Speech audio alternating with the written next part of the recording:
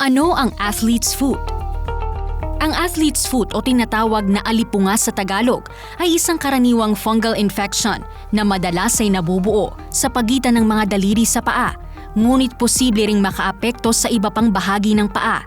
Ang sanhi ng athlete's foot ay dermatophytes, ang fungi na nakaka-infect sa balat. Nakakapasok ang mga ito sa balat sa pamamagitan ng maliliit na crack o sugat. Ang bahagi ng ating paa ay mabuting environment para sa mga fungi na ito dahil sila'y nabubuhay sa moist at mainit-init na lugar. Bukod dito, ang balat ng ating paa ay maraming keratin na siyang pagkain ng dermatophytes. Maaari ring maipasa ang infection mula sa mga taong may alipunga. Posible itong mangyari sa pamamagitan ng paglalakad ng nakapaa sa mga moist na pampublikong lugar gaya ng swimming pool deck at public showers at paghawak sa apektadong bahagi ng balat ng taong infected.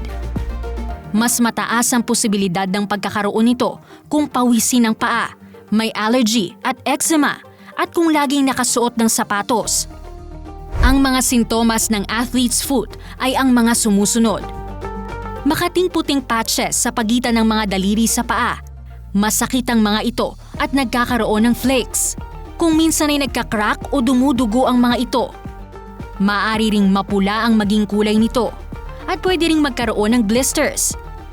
Nakakapagdulot din ito ng mabahong amoy sa paa. Maaaring gamutin ang athlete's foot sa pamamagitan ng creams, sprays at powder. Mayroon ding available na mga antifungal medicines sa mga pamilihan ng gamot. Subukan ang mga nasabing treatment options upang tuklasin kung alin ang pinaka-epektibo para sa iyo.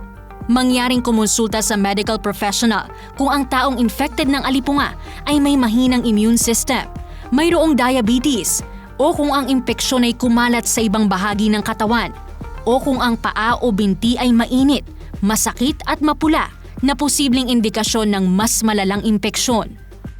Upang makontrolo maiwasan ang pagkakaroon ng athlete's foot o alipunga, panatilihing malinis, tuyo at malamig ang pakiramdam ng mga paa. Magsuot ng footwear sa public areas na basa. Maghugas ng paa araw-araw gamit ang sabon at tuyuin itong maigi pagkatapos. Iwasang magsuot ng medyas na ang tela ay hindi madaling matuyo.